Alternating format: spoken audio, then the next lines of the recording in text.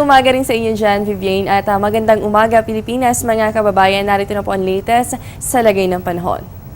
Bahagyang nagbago po ang lokasyon ni Bagyong Ruby kaninong alas 5 ng umaga na mataan po ito sa layong 485 kilometers silangan po yan ng Borongan, Eastern Samar. Taglay pa rin ito ang lakas ng hangin na abot sa 215 kilometers per hour at ang gustiness o yung pagbugso po ng hangin papalo yan sa 250 kilometers per hour. Sa ngayon po ang forecast track nito nga si Bagyong Ruby, patuloy po itong kumikilos west-northwest sa bilis naman yan na 13 kilometers per hour.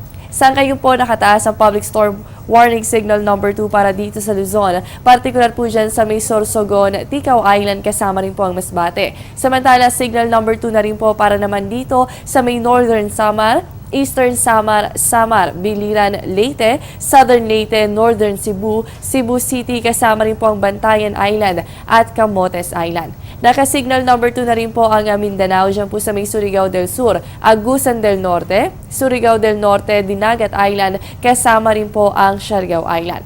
Samantala, signal number 1 naman dito sa Luzon, partikular po sa may Catanduanes, Albay, Camarines Norte, Camarines Sur, Burias Island, kasama rin po ang Romblon. Asahan din po ang 30 to 60 kilometers per hour na lakas ng hangin para sa Misamis Oriental, Agusan del Sur at Camiguin Island. Samantala, nakataas din po ang signal number 1 sa ilang bahagi po ng Misamis Oriental, kasama rin po ang Agusan del Sur at Camiguin Island. At mga kababayan, papaano nga ba maapektuhan nito nga si Bagyong Ruby ang kondisyon ng panahon dito sa Metro Manila? So kung mapapansin po natin ay medyo may kalawakan itong kaulapan nito nga si Bagyong Ruby. At ayon nga po sa Pag-asa, sa paglapit nito sa ating landmass, posible po na itong kaulapan nito ay umabot po yan hanggang dito sa may Metro Manila, particular po sa may southern part ng Luzon. So asahan po natin, maaabot niya ng Metro Manila at posible po yan magdulot ng maulan na panahon, ganun din po yung bugso ng hangin. Asahan din po natin yung heavy to intense rain dito po yan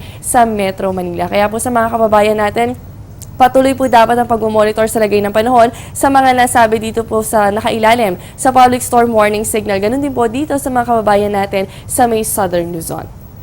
At yan muna ang latest sa lagay ng panahon para sa Radyo Vision. Live mula sa Pag-asa DOST. Ako po ang inyong weather body, Jessie Basco, Media ng Bayan.